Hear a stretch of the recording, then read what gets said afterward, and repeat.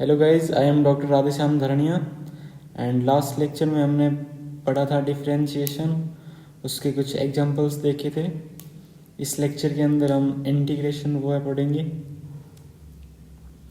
तो सबसे पहले समझते हैं कि इंटीग्रेशन है वो क्या होता है। तो ये एक डायग्राम है। इसके अंदर ये वाई एक्सिस है, ये एक्स एक्सिस है और एक एरिया दे रखा है ABCD एरिया दे रखा है। इसके बीच में ये जो एरिया है इसको हमने कुछ रेक्टेंगुलर बार्स के अंदर कन्वर्ट किया है और वो हमने ऐसे किया है कि यहाँ से B पॉइंट से मैंने यहाँ पे एक स्ट्रेट लाइन खींची A पॉइंट के बीच में। फिर मैंने AD लाइन को कट करने वाली कई और लाइनें खींची एक्स एक्सिस से। तो ऐसे फिर मैंने क्या किया कि मैंने इस A पॉइंट से इस लाइन को मिला दिया एंड फिर इस पॉइंट को इस लाइन से मिला दिया, इस पॉइंट को इस लाइन से मिला दिया, इस पॉइंट को इस लाइन से मिला दिया। तो मैं क्या देखता हूँ कि ये जो ग्रीन कलर के छोटे छोटे ट्रायंगल हैं वो बन जाता है रेक्टेंगुलर बार बनाने के लिए।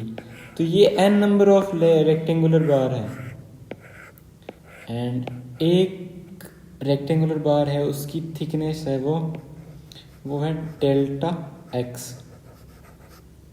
एंड यहाँ से यहाँ तक की डिस्टेंस है वो a है और यहाँ से यहाँ तक की डिस्टेंस है वो है b। तो ये ABCD एरिया है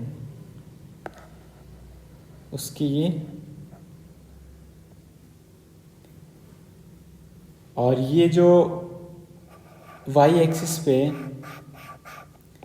पॉइंट A का कोऑर्डिनेट है वो है FA एंड y एक्सिस पे पॉइंट D का कोऑर्डिनेट है वो है FB। तो इस डायग्राम से हम समझेंगे कि इंटीग्रेशन क्या होता है। तो सबसे पहले डिवाइड करते हैं हम BC लाइन को n इक्वल पार्ट्स में, और ये एक पार्ट है और ये एक पार्ट है, ये भी एक पार्ट है, ये भी एक पार्ट है। तो इस एक पार्ट की थिकनेस है वो है डेल्टा x। तो ये थिकनेस n पार्ट में हमने तोड़ा है तो एक पार्ट की थिकनेस है डेल्टा x। तो देखो n पार्ट्स हैं वो टोटल इस डिस्टेंस से बने,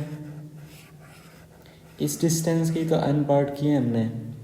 तो ये डिस्टेंस कितनी है, ये यहाँ से यहाँ तक है b, यहाँ से यहाँ तक है b और यहाँ से ये इतनी है वो a है। तो अगर b में से a घटा दूँ तो ये डिस्टेंस आ जाएगी। तो b में से a है, उस डिस्टेंस के हमने n पार्ट किए हैं। ओके, तो डेल्टा x है वो हो जाएगा b minus a upon n। n equal elements are these n rectangular bars. तो ये n number of rectangular bar है वो हमने बना दिए इस डिस्टेंस को n पार्ट्स में तोड़ के। सो अब हम देखते हैं कि इन रेक्टेंगुलर बार्स का, देखो रेक्टेंगुलर बार्स का मैं अगर एरिया सारा ऐड करूँगा तो ये जो ग्रीन कलर के जो ट्रायंगल है इनको छोड़ के ABCD इसके एरिया है वो पूरा कवर हो जाएगा इसको इनको छोड़ के। तो वो एरिया उसको मैं बोल देता हूँ A'। तो वो कितना हो जाएगा, देखो यहाँ पे है वो FA है, A का कोऑर्डिनेट, तो मैंने FA लिख दिया और ये डिस्टेंस है वो डेल्टा x है।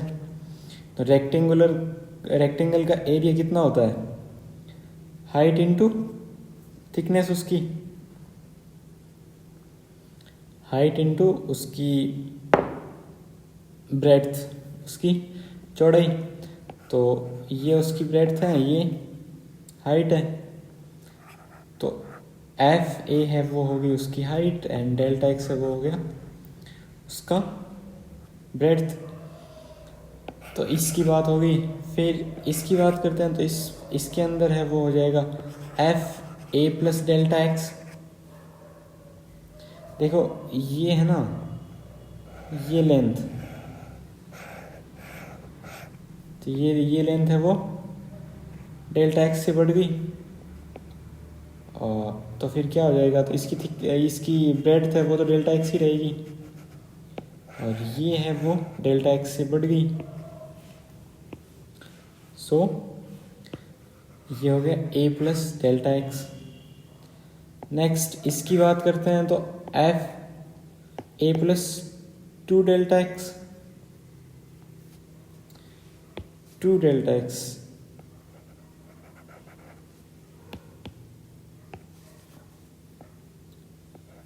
To delta X. फिर ऐसे ही बहुत सारे ले रखे हमने, तो वो उनको जोड़ देंगे, और फिर जो ये लास्ट वाला होगा वो हो जाएगा F A plus N minus 1 into delta X. N बनाए हैं तो एन माइनस 1 हो जाएगा यहाँ पे इंटू डेल्टा एक्स। सो इसको इसमें हमने क्या किया कि इन टोटल एरिया को है वो जोड़ दिया। तो इसको हम ऐसे भी लिख सकते हैं, and S is equal to summation f x आई।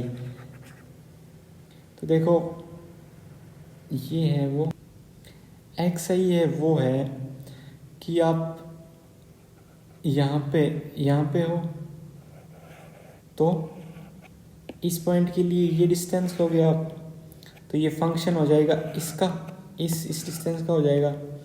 अगर इस पॉइंट की बात करोगे तो ये y है वो इस डिस्टेंस का फंक्शन हो जाएगा। तो एक्स आई है वो हर सेगमेंट, हर रेक्टेंगुलर बार है उसका जो उसकी जो हाइट है उसको शो कर रहा है।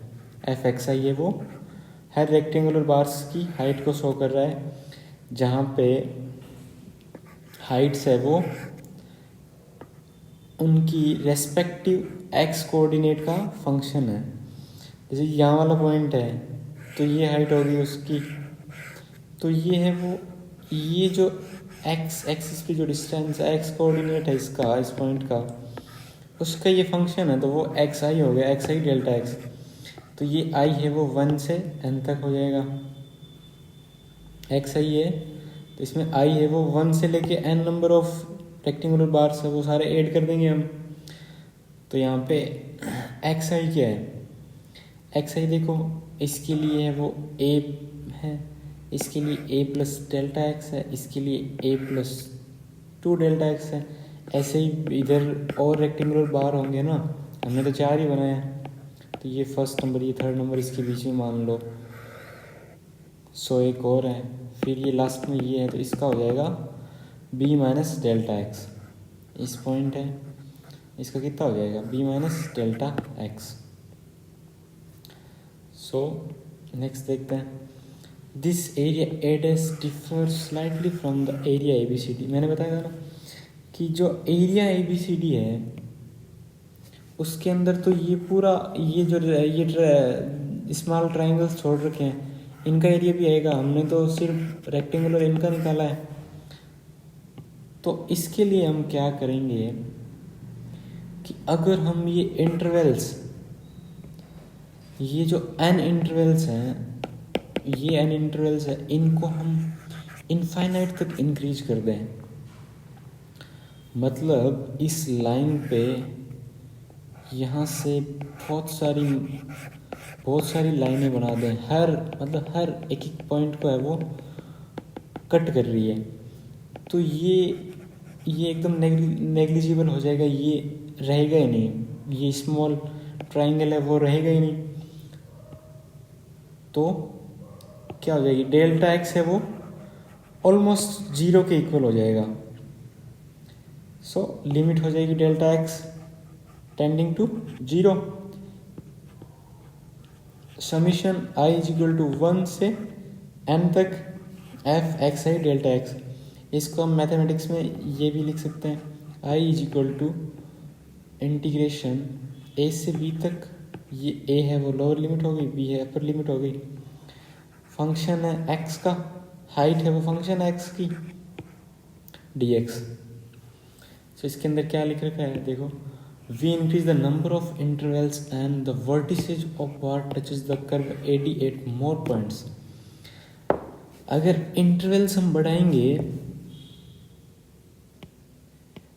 इंटरवल्स बढ़ाने का मतलब क्या हुआ, इंटरवल्स बढ़ाएंगे मतलब ये ब्रैकेट्स है, ये बहुत सारे बना देंगे, बहुत सारे बना देंगे। देखो यहाँ से यहाँ से यहाँ से ऐसे, तो क्या होगा कि यहाँ पे इस लाइन एडी लाइन पे हर पॉइंट पे एक लाइन कट हो रही होगी ऐसे।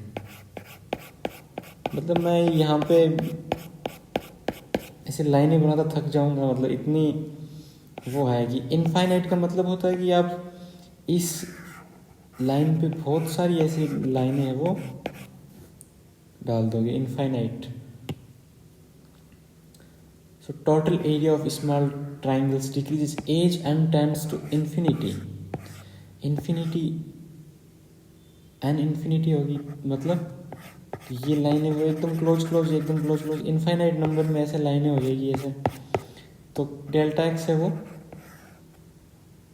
जीरो हो जाएगा, ऑलमोस्ट जीरो से हल्का सा ज़्यादा होगा, मतलब मीन्स जीरो की तरफ, है ना। Delta X tends to zero कि मतलब वो जीरो को छू रहा होगा। इतने इनके बीच, दो लाइनों के बीच में डिस्टेंस है वो इतनी कम हो कि मतलब जस्ट एन इमेजिनरी दैट कि वैसे पॉसिबल ही नहीं है बनाना।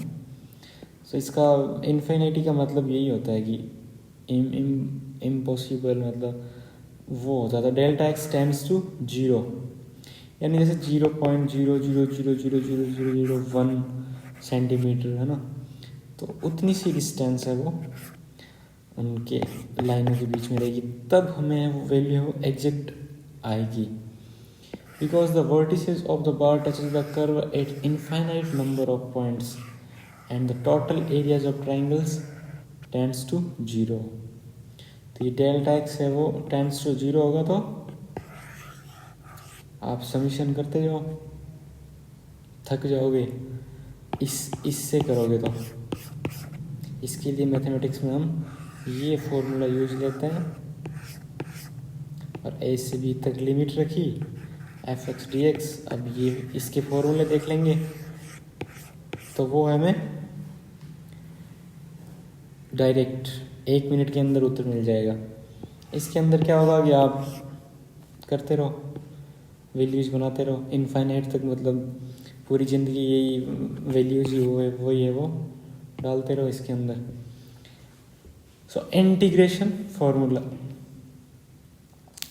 तो देखो x की पावर n है, कोई फंक्शन है वो x की पावर n के हिसाब से वेरी कर रहा है, उसका इंटीग्रेशन कर रहे हैं डी एक्स के रिस्पेक्ट में, तो उसका इंटीग्रेशन हो जाएगा x की power n plus 1 upon n plus 1 plus ये c है, ये एक कांस्टेंट है।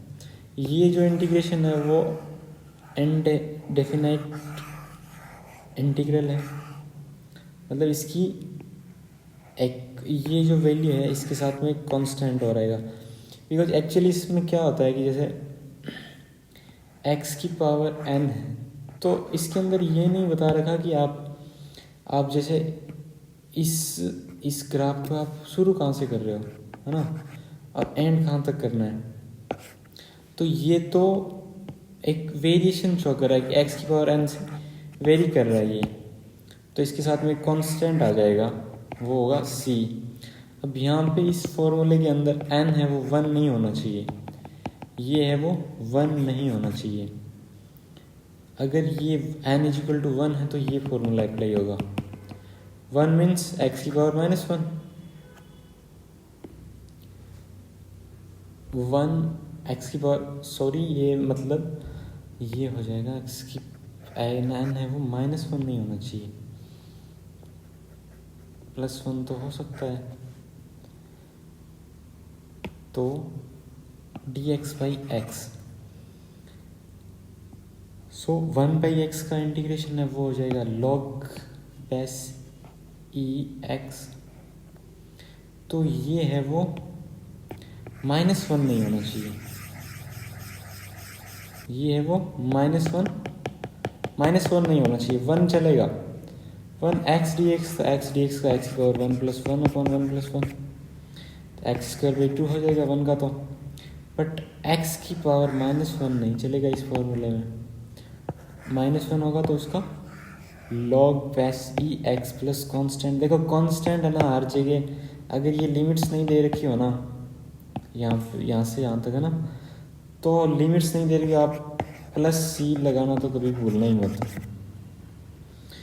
तो log बेस ई एक्स प्लस सी या ln x प्लस सी एक ही बात है।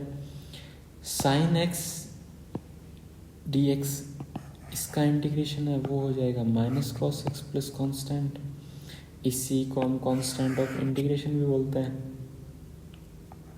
cos x dx है वो है, उसका इंटीग्रेशन है वो हो जाएगा sin x।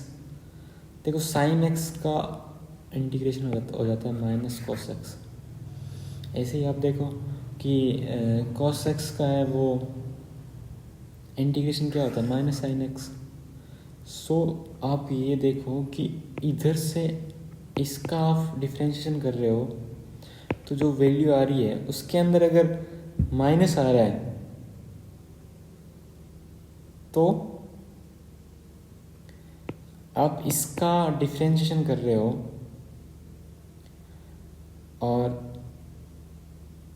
इसका cos x का हम डिफ्रेंशिएशन करते हैं तो इसके अंदर नेगेटिव आता है, तो हम नेगेटिव sin x आता है, तो हम sin x का इंटीग्रेशन करेंगे तो वो cos x हो जाएगा बट नेगेटिव का।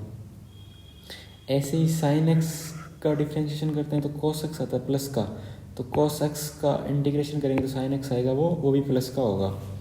तो अगर आपको पता है ना कि अगर डिफ्रेंशिएशन के अंदर जिनका डिफ्रेंशिएशन हम करते हैं ना, तो रिजल्ट में अगर नेगेटिव आता है तो फिर जो रिजल्ट में आएंगे उनका इंटीग्रेशन है वो नेगेटिव होगा। एंड e की पावर x dx का है डिफ्रेंशिएशन भी,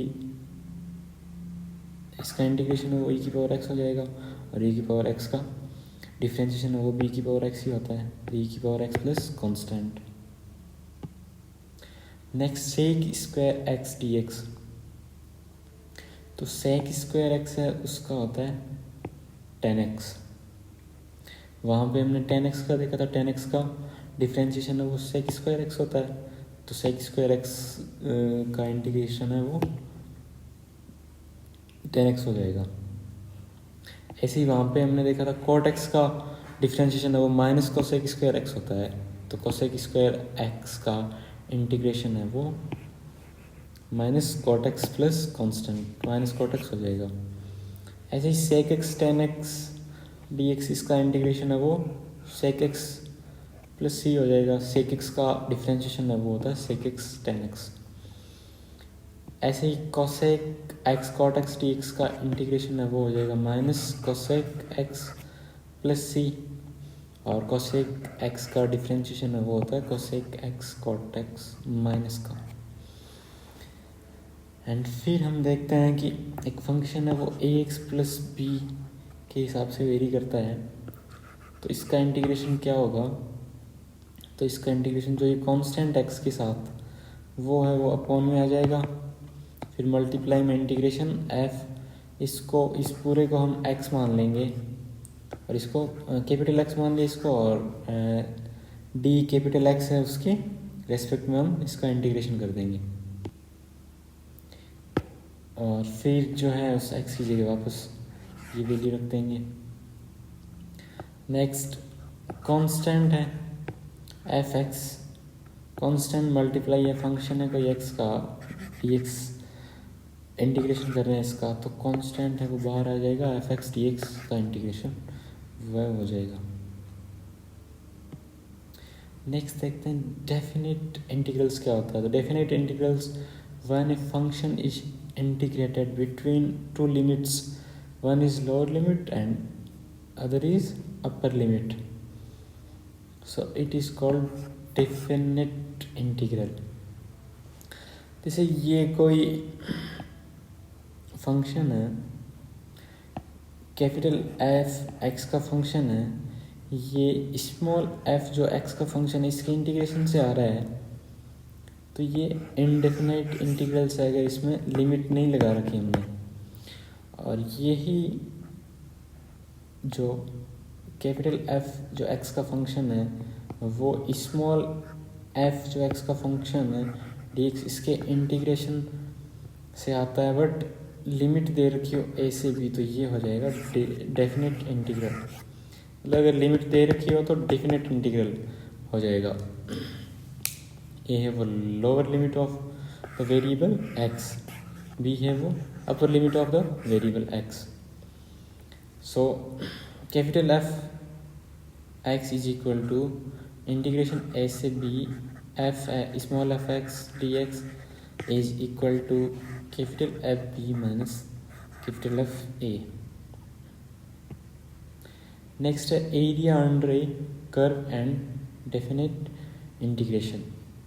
सो ये वाई एक्सिस और एक्स एक्सिस के बीच में ये कर्व है, तो इसका एरिया अंडर द कर्व है वो हो जाएगा वाई। देखो ये वाई है, ये है वो वाई है, ये जो हाइट है इसकी वो है वो वाई है। तो y d x, y into ये डी एक्स है, y d x is equal to function x d x sum of all the areas. ये सारा एरिया, ये जो सारा एरिया है ये, इसको सम अप करेंगे ए से बी तक, तो ये लिमिट्स हो जाएगी ए से बी तक एफ एक्स डी एक्स, तो shaded area between curve and x axis. So ये तो हमने देखा कि थ्योरी पार्ट है वो। अब इन फॉर्मूले को हम अप्लाई करेंगे तब आपको अच्छे से इंटीग्रेशन है वो समझ में आएगा, वो इससे नेक्स्ट लेक्चर में हम देखेंगे।